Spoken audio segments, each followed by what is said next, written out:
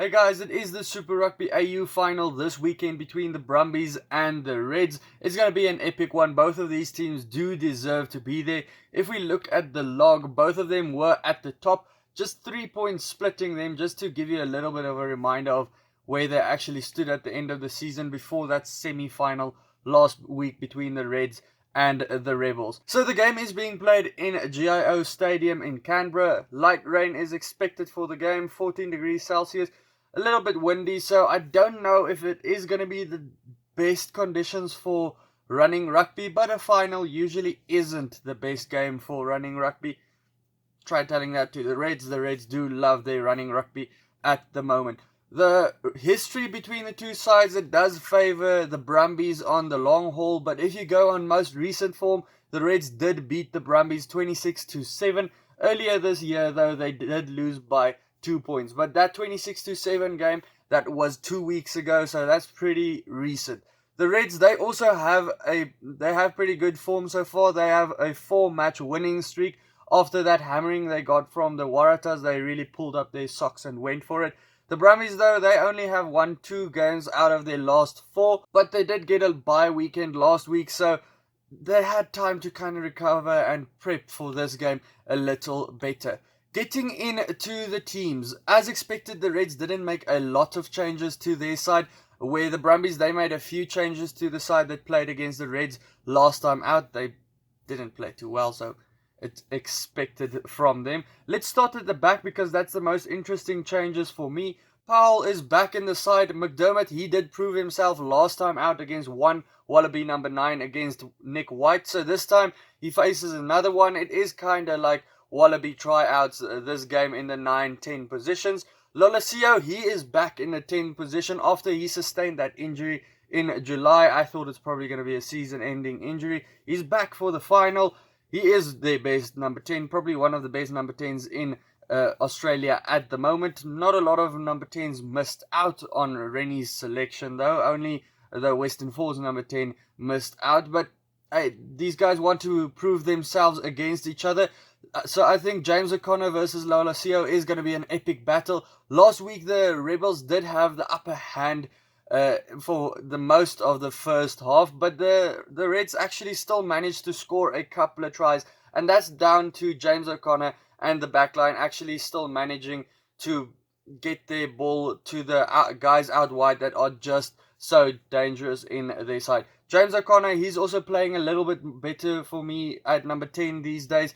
He said it himself, he does feel more like a 10 these days than a 12 playing at number 10. He is more comfortable there as well. There are 2 solid number 12s in this game in the midfield. Simone, he was selected in the Wallaby squad, and that is probably down to his ability to create tries or gaps for the guys outside of him. He's up against Stewart, who's just a great defender. A lot of guys don't understand how good he is at defense. He does not miss a lot of tackles. Usually if he does miss a tackle, the guys do slip through and do score a try. That's how reliant the Reds are on him at making his first time tackles. Going to number 13, Paisami versus Kuridrani. I think this one could get ugly between these two because Kuridrani, he was not selected for the Wallaby side.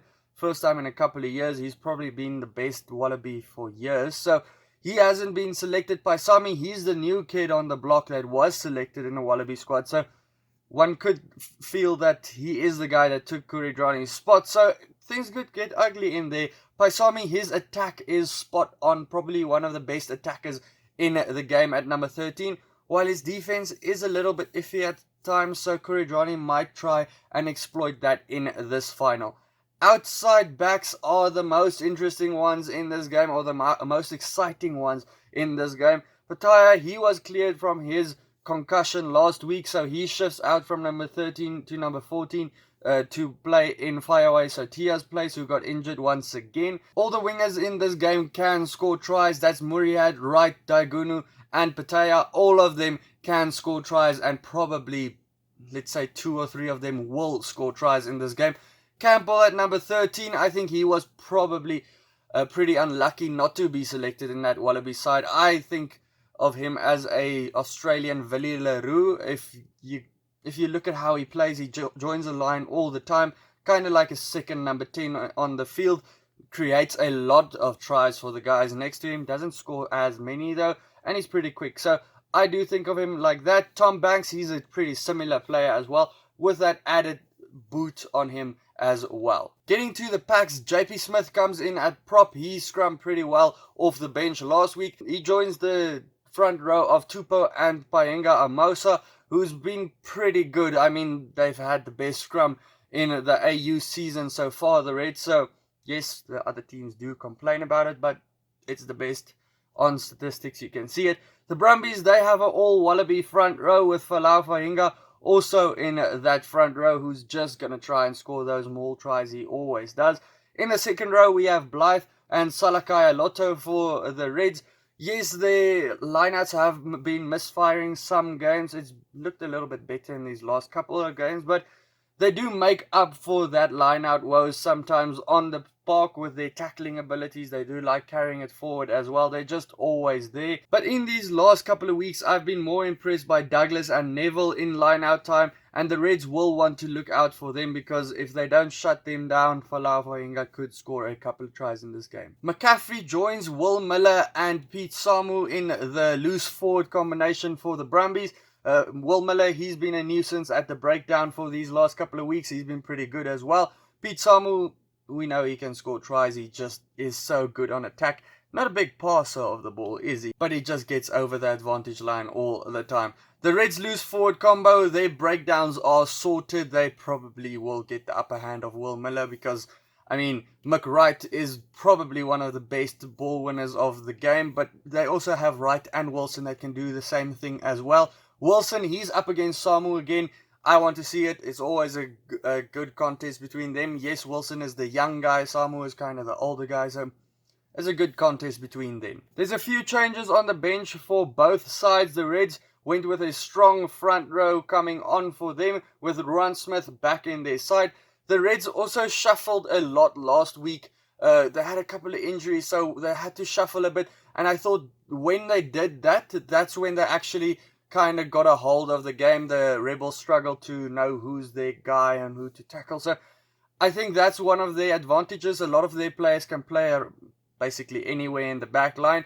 Actually, Saravi was impressive when he came on the wing. I thought they did pretty well with two scrum halves on the side, on the park in that game. The Brumbies, as always, they have the stronger bench on paper. They have Slipper, the scrummaging master for the Wallabies. They also have Valentini, who brings some grunt to the side. White, the Wallabies scrum half. And then Quinzel, who kind of held the fort at number 10 while Lolosio was injured. Getting into the prediction time of this video, it isn't an easy one. Scrum time, I would slightly favor the Reds just because they've had the best scrum so far, unless the Brumbies made a better plan for this one. The lineouts might favor the Brumbies in this one, because the Reds, they've just been struggling for a couple of weeks, or actually this whole season so far. So giving the lineouts to the Brumbies, I would also say they have the advantage at the maul, but they don't have the advantage when it comes to rucks. The Reds do have a favourable combination there. The Brumbies, they do have Lolosio back in their side, and their backline just plays a lot better when he does come onto their side. But James O'Connor, at the same time, he's been on fire for the Reds, so that's a different thing to take into account. He's also not been injured, so you can't say if Lolosio is going to be the same guy he's been this whole year.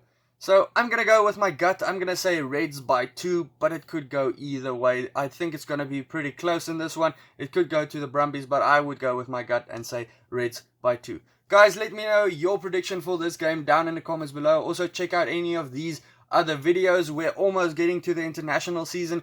Pretty excited for that. Hit the subscribe button if you like this channel, and then I'll see you for the next one. Cheers.